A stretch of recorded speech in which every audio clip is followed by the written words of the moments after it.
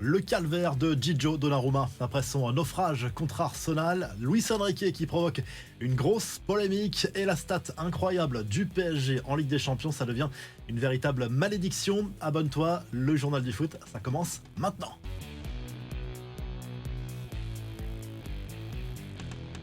Dur retour à la réalité pour le PSG, le club parisien battu 2-0 mardi soir en Ligue des Champions sur la pelouse d'Arsenal à l'Emirates Stadium et beaucoup de motifs d'inquiétude, une défense trop fébrile, une attaque peu inspirée en l'absence d'Ousmane Dembélé. On y reviendra et que dire du match de Gigio Donnarumma. Le gardien italien est impliqué sur les 2 buts encaissés par les Parisiens en première période.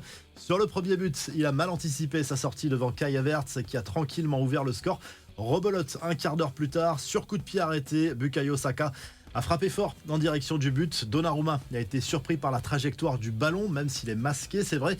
Bref, c'est une soirée à oublier pour les Parisiens. La presse anglaise, elle, se délecte de cette victoire des Gunners et se moque limite du PSG à l'image du Mirror Sport et du Daily Express Sport qui souligne l'impuissance du club parisien et son manque de caractère. Les tabloïds britanniques se félicitent d'avoir mis à terre la plus grande fierté du Qatar. La performance des joueurs de Mikel Arteta est mise en avant quand même. Ça fait 4 points en 2 matchs pour le club londonien, seulement 3 pour les joueurs de Luis Enrique et forcément les critiques pleuvent sur le coach espagnol qui a refusé de répondre aux questions sur la mise à l'écart d'Ousmane Dembélé pour un match aussi important. Il s'est montré très méprisant aussi devant une journaliste de Canal+, à qui il a refusé de justifier ses choix tactiques parce qu'elle et les autres journalistes ne comprendraient pas, ce sont ses mots.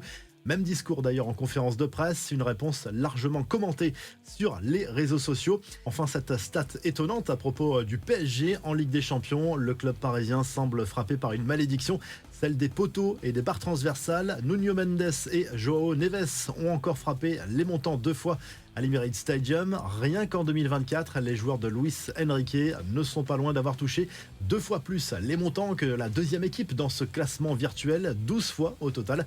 On se souvient notamment de ce match maudit contre Dortmund en demi-finale retour la saison dernière en C1.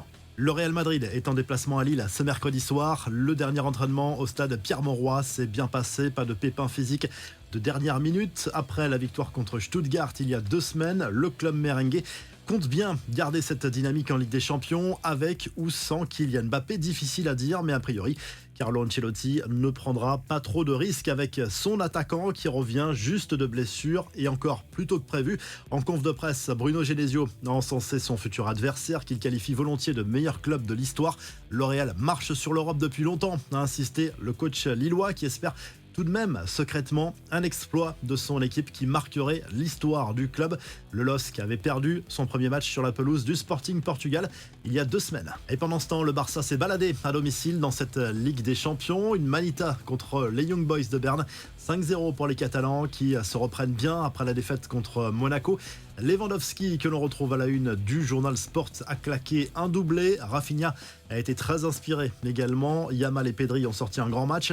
Les Suisses, eux, ont du mal dans cette C1. Ils ont déjà encaissé 8 buts en 2 matchs sans en marquer un seul. Andrés Iniesta va mettre un terme à sa carrière de footballeur à l'âge de 40 ans. Il va l'annoncer officiellement le 8 octobre selon les médias espagnols. L'ancien milieu de terrain emblématique du FC Barcelone avait fait une dernière pige à l'Emirates Club au Moyen-Orient il y a quelques mois. Après son départ au Barça, il s'était exilé au Japon du côté du Vissel Kobe où il a joué 5 ans. Son palmarès est juste incroyable, 9 Ligas, 4 Ligues des Champions, 6 Coupes du Roi, 3 Super Coupes d'Europe, 7 Super Coupes d'Espagne et 3 Coupes du Monde des clubs. Et avec la sélection espagnole, la Coupe du Monde en 2010, l'Euro aussi en 2008 et 2012. Enfin, pour être complet sur l'actu du Barça, on en sait plus sur les futurs débuts de Chelsea avec le maillot Blaugrana recruté pour compenser la grave blessure de l'Allemand Ter Stegen. Il lui faudra 3 à 4 semaines pour se remettre à niveau physiquement parce que le gardien polonais avait pris sa retraite, on le rappelle, début espéré à la fin du mois d'octobre ou début novembre au plus tard. À Marseille, Mehdi Benassia, on l'avait dit, risque gros devant la commission de discipline de la Ligue de Foot Pro pour son comportement lors du match à Lyon il y a 10 jours. Il avait pris à partie l'arbitre du match à la mi-temps dans les couloirs du Groupama Stadium avant de lâcher des théories un brin complotiste sur l'arbitrage. Il risque a priori 4 à 5 matchs de suspension pour son coup de gueule. Décision aujourd'hui. Le journal La Provence revient sur le début de saison manqué d'Eli Wahi avec l'OM. C'est clair, l'ancien attaquant de Montpellier et Lens aurait rêvé d'un meilleur départ. Il y a eu ces sifflets lors du premier match au Vélodrome contre Reims, après avoir manqué plusieurs occasions. Et depuis, on sent bien qu'il est en manque total de confiance. On peut s'interroger sur la pertinence de son transfert, à l'image de Pierre Ménez, qui ne comprend pas le choix des dirigeants marseillais de mettre autant d'argent sur un joueur qui certes a du potentiel mais qui n'a pas été capable de réussir à Lens, alors que la pression est largement moins importante qu'à Marseille. Les autres infos à retenir dans ce journal du foot: coup de chapeau aux Brestois qui ont les honneurs du journal L'Équipe ce mercredi, au lendemain de leur victoire étincelante sur la pelouse de Salzbourg. 4-0 pour les Bretons, qui ont souffert par moments avant de faire preuve d'un réalisme incroyable, surtout en deuxième mi-temps. Les supporters brestois qui ont peut-être pris quelques screenshots juste après le match, car Brest a été provisoirement leader de cette Ligue des Champions. C'est complètement fou. On regarde les résultats complets en C1. Manchester City s'est baladé 4-0 sur le terrain de Bratislava. Même score d'ailleurs pour l'Inter Milan face à l'Étoile Rouge de Belgrade. Dortmund a écrasé le Celtic 7-1. L'AC Milan a encore perdu sur le terrain du Bayer Leverkusen. Voici le programme de ce mercredi soir. En plus de Lille-Real à 21h, on suivra le déplacement bien sûr de Monaco sur la pelouse du Dynamo Zagreb. Le Bayern Munich va défier Aston Villa. La Juve est en Allemagne pour affronter Leipzig et Liverpool reçoit Bologne. Enfin, après les hommages unanimes à Antoine Griezmann, qui a mis un terme à sa carrière internationale avec les Bleus, on a trouvé le seul grincheux pour le critiquer.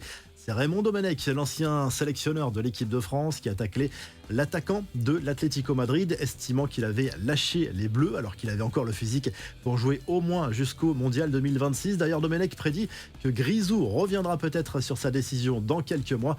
La vidéo du jour pour terminer ce journal du foot: la belle ambiance dans les tribunes de De Graaf Schap dans le championnat néerlandais. Abonne-toi et à très vite pour un nouveau journal du foot.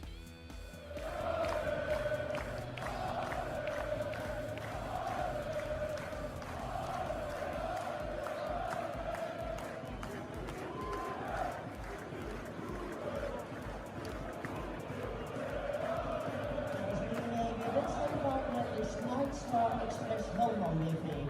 De wedstrijd was symbolisch aangeboden door Horeca Totaalcentrum de Kruisweg.